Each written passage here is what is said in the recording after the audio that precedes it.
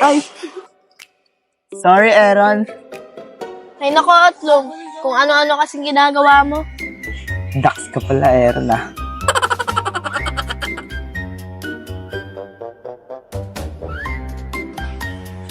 Tara na nga, maggagabi na. Ang asim kasi ng dalaw eh.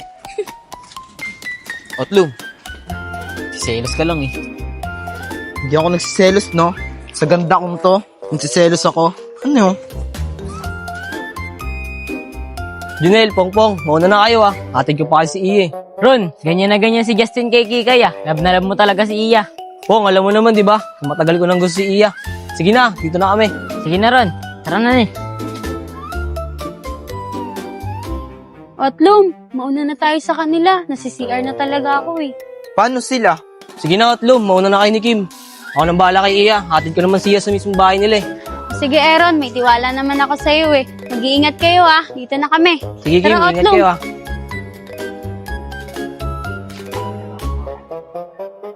Kim, mauna ka na. Ang sakit na kasi ng paa ko eh. O sige Otlum, dito na ako. Ang sakit na rin kasi ng tiyan ko eh.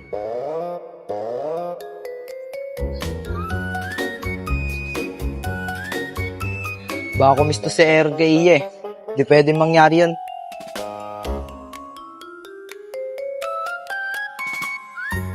Iya, saan ba yung bahay niyo dito? Ayun yung bahay namin, no? Yung pulang gate. E di hanggang dito na lang pala kita hatid. Oo, Aaron. Ayun lang naman yung bahay namin, eh. O sige Iya, dito na ako. Aray! Otlum, anong ginagawa mo dyan? Baksa na ako dun. Kaso ang daming langgam. Hindi tuloy lumabas. Ah, ganun ba? Sige, Otlum. Sa bahay ka na mag-CR. Aaron, dito na kami ni Otlum, ah. Iya.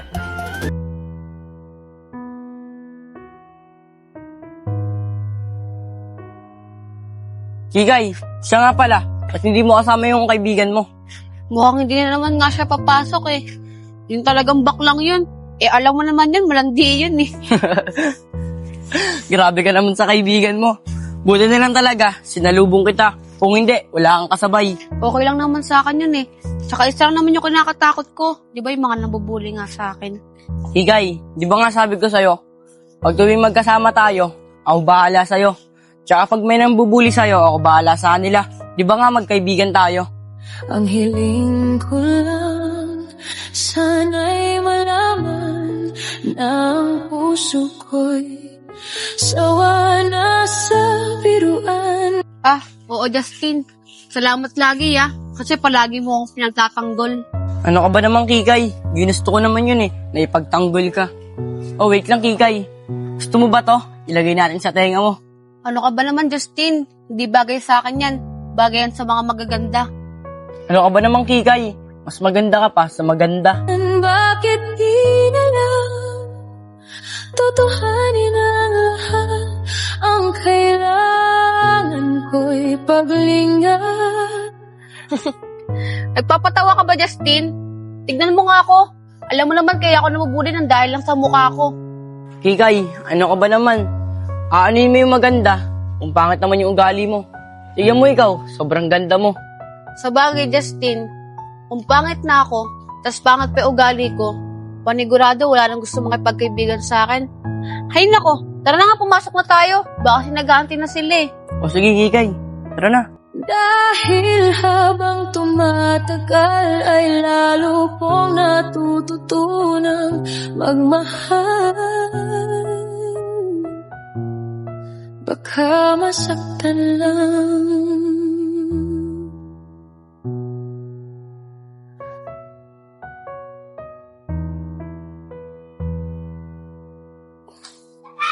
Ron, ano kaya nangyari doon kay Justin? Di ko nga rin alam eh. Pinuntahan ko doon sa bahay nila. Wala naman doon. Kailangan talaga natin makausap si Justin. Baka ano naman nangyari sa kanya, kakaisip niya kay Kikay. Malamang sa malamang. Araw-araw niya iniisip yung si Kikay. Kaya kailangan talaga natin makausap si Justin. Baka mamaya nade-depress na yun. Kailangan talaga natin ma-echa si Justin. Pero ang tanong, saan natin siya hanapin? Kaya nga po din iniisip ko. Pero hayaan mo na. Mamaya natin pag-usapan pagkasama natin sila. Sige, tara. Popong, sakto. Ayun na sila Junil, oh. Tara. Dong, kamusta yung pagdating mo sa jowa mo kahapon? Ayos lang. Ginabi na nga ako pag-uwi. Ah, ganun ba? Daro kami kahapon eh. 3 lang kami. Wala ka kasi, tsaka si Justin. Naghanap na lang kami ng ibang player doon para mabulang kami. Biglaan kasi. Biglaan din siya pinauwi. Siguro ngayon, kompleto na tayo. Sana nga, nandiyan na si Justin eh. Para din na tayo maghanap ng iba, para makompleto lang tayo. O tara na, ayun na silong. Tara, yun na pala sila eh. O Ron, akala ko kasama niya na si Justin. Wala pa rin pala siya? Oo, Nel. Pinuntahan ko nga sa bahay nila eh. Wala naman siya doon. Nag-aalala na nga kami ni Pongpong eh. Asa kaya yun? Tara, doon muna tayo sa tambayan. Doon na natin yung pag-usapan. Tara.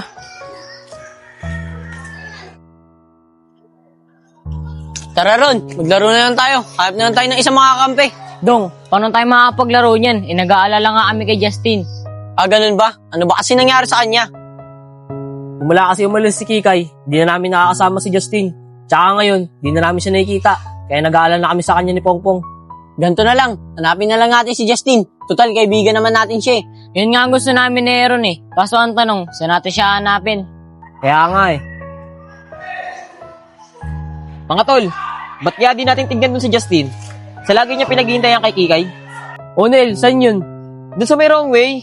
Di ba nga dati, lagi namin pagkitripan niya si Kikay? Doon lagi namin niya nakikita. Ay, oo nga. Alam ko nga yan. Tara, puntahan na kagad natin. Tara, tara.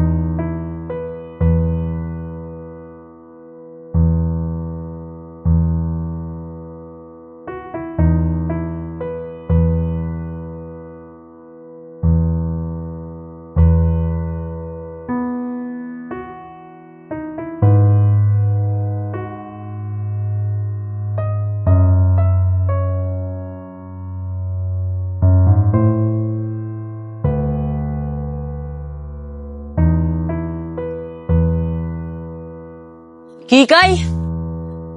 Justin! Ang hiling ko lang, sana'y malaman na ang puso ko'y sawa na sa biruan. Bakit di na lang totohanin ang lahat? Ang kailangan ko'y paglingan. Kikay, buti bumalik ka. Ang tagal kitang hinintay. Ron, ay si Justin oh. Justin! Kikay, nasaan ka Kikay? Kikay! Justin, ano ba nangyari sa'yo? Di ba nga umuwi si Kikay sa Australia? Hindi, Aaron. Nandito si Kikay. Niyakap ko pa nga siya. Ron, siguro, nande-depress na yun si Justin, kakahinday kay Kikay. Kaya nga nila eh. Justin, tignan mo. Ang payat mo no. Depress ka na, kakaisip kay Kikay. Di ba nga, nagsabi sa'yo si Kikay, nababalikan ka niya rito. Kaya tara na. Mga tol, magambagan tayo ah. Pakainin muna natin si Justin. Sige, may pera pa naman ako dito eh. Sige, tara na. Tinanutin, okay ka lang ba? O Justin oh, kumain ka muna. Pong, baka may extra pang damit dyan. Pero may mo muna si Justin. Sige Ron, uwi lang ako sa bahay. Sige Pong. Sige na Justin, kainin mo na yan. Busin mo yan ah, para mabusog ka.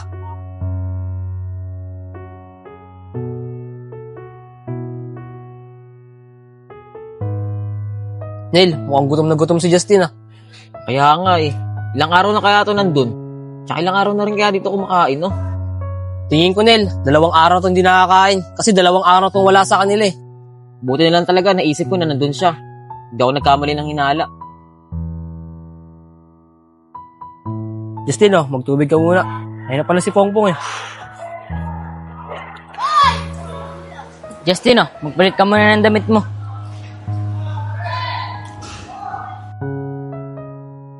Tin, ano ba nangyari sa'yo?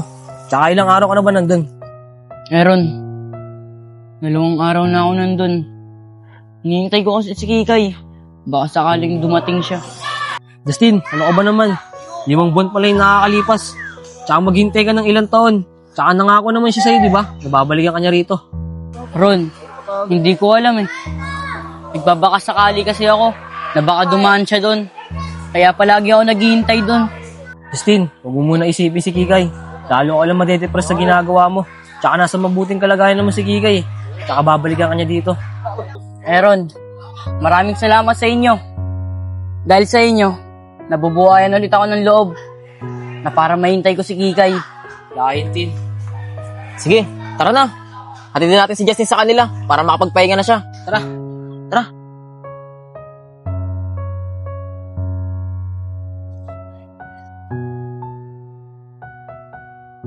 Naalala ko, dito kami palagi nag-usap ni Kikay. Oh, si Kikay yun ah. Kikay! Pag ako'y nasa tabi mo, ay kay lakas ng kaba sa dibdib ko. Ang hiling ko lang, sana'y malaman na ang puso ko'y sawa na sa biruan. Bakit di na lang tutuhanin ang lahat? Ang kailangan ko'y paglinga. Kikay! Ikaw ba talaga yan? Oo, Justin, ako to. Bakit? May nagbago ba sa itsura ko? Oo, Kikay. Sobrang laki ng pinagbago mo. Sobrang ganda mo. Dahil habang tumatagal ay lalo kong natututunang magmahal.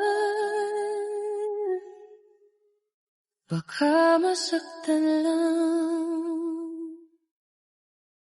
Umaasa sa'yo ang puso't damdamin.